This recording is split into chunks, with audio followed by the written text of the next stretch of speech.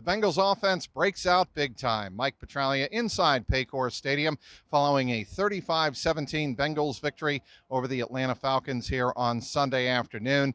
The Bengals improved to 4-3. They're over 500 for the first time in 2022, and they are also tied with the Baltimore Ravens at 4-3. Ravens holding off the Cleveland Browns 23-20 in Baltimore on Sunday. So the Ravens and Bengals tied for first atop the AFC North Division.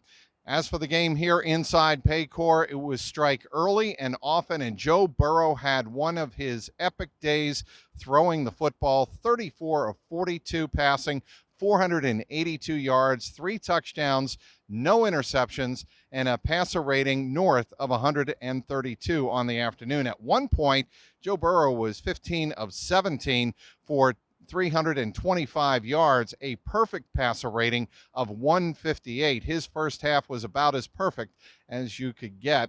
This game, 4 plays in, started explosively for the Bengals with a 60-yard touchdown bomb on a post pattern to a wide open Tyler Boyd. Just 4 plays in, the Bengals were up 7-0, and something about that play, Ted Karras, yes, the center, Ted Karras was invited by Joe Burrow to the quarterbacks meeting on Saturday night, and he called the play. He said, well, that play sounds good. Let's go with that if it comes up on the first drive. And sure enough, it did. And when Ted Karras heard the play in the huddle, he told us after Sunday's victory, when he heard that play called, he had a sense, I'm really going to block my ass off. I always want to block very well on every play, but this particular play, he said he wanted to make sure that it went well, and indeed it did. It got the Bengals off and rolling early on in this game. Bengals also had a 1-yard touchdown run from Joe Mixon. That made it 14-0. They make it 21-0 on the first of 2 Joe Burrow to Jamar Chase touchdown connections on the afternoon. It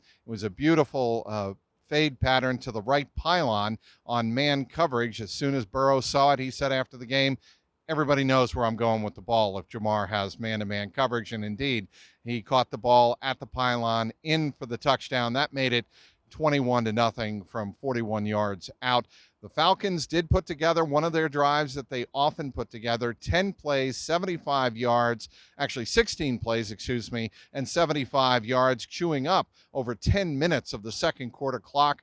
And that made it 21-7 when they finally punched it in for a touchdown. Bengals come right back down the field, and Joe Burrow hits Jamar Chase on the far sideline, and then Jamar Chase outruns a pair of defenders toward the end zone for the touchdown that at that point made it 28-7. Everything was going well for the Bengals, maybe too well, because on the next drive downfield, very first play, it was Marcus Mariota to Damiere Byrd, 75 yards over the top, beating Eli Apple, and Jesse Bates couldn't get over in time. 75-yard touchdown, 28-14. On the ensuing drive, Joe Burrow could not lead a touchdown drive, and actually on that drive, a bit of scary news as Jamar Chase left the game. He went off the field very slowly, not too much of a limp. He did get listed on the injury report earlier in the week with a hip issue, but after the game, he said it was just nicked up a little bit, and sure enough, after halftime, he did return to the game. Tyler Boyd, though, had a career day, 8 catches, 155 yards, and the touchdown. Jamar Chase, 8 catches, 130 yards on the day, and the 2 touchdown receptions.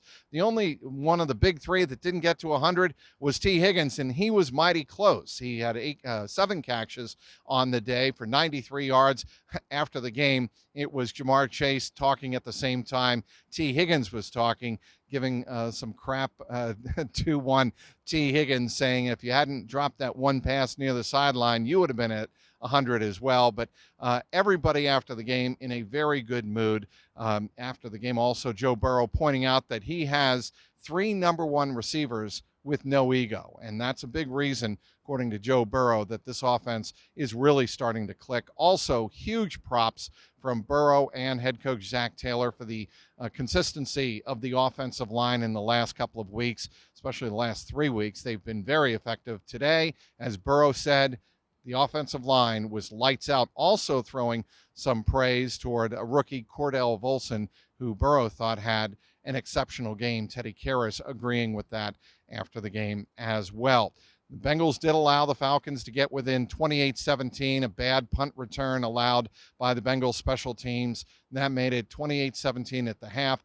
But the Bengals come up with a 3-and-out defensively to start the second half, force Atlanta off the field. And then the Bengals come down and get another touchdown drive as Joe Burrow sneaks it in for the 5th touchdown of the day. And that made it 35-17, and the Bengals were pretty much home free.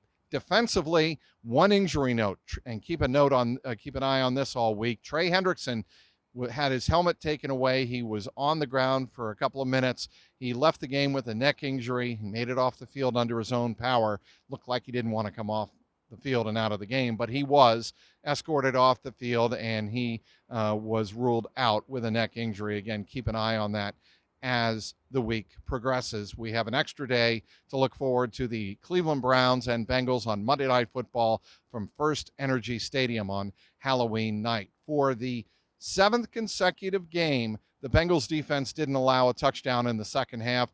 That matches the 1997 Kansas City Chiefs for the longest streak, impressive streak over that period in the National Football League. So pretty much high marks all around. Lael Collins, he had a left ankle injury. He came back into the game. Jamar Chase had a leg injury. He came back into the game. Everybody was all smiles in that locker room afterward. The Bengals win this one 35-17 over Atlanta to improve to 4-3. Be sure to follow all of my post-game reaction on Twitter at Trags, Trags, on clnsmedia.com. And, of course, subscribe to my YouTube page, the Jungle Roar Podcast. Be sure to subscribe, and I want to hear all of your comments, good, bad, and indifferent, on the Bengals coverage for 2022. Inside Paycor Stadium, Mike Petraglia, CLNS Media.